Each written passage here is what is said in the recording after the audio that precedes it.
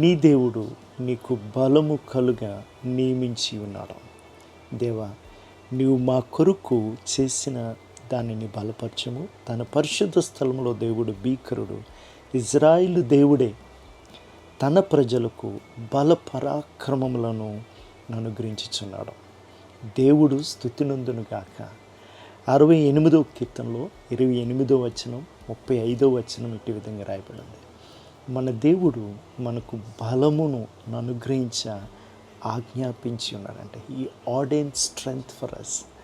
అంతేకాదు ఆయన ద్వారానే తన ప్రజలకు బల పరాక్రమములు కలుగును అని లేఖనాలు తెలియజేస్తున్నాయి. బలహీనులను దేవుడు ఏర్పాటు చేసుకున్నాడంట తన బలముతో నింపి బలవంతులను సిగ్గుపరచడానికి. దేవుని యొక్క బలము పొంది పరాక్రమ కార్యములను చేయదము గాక. ఆమేన్.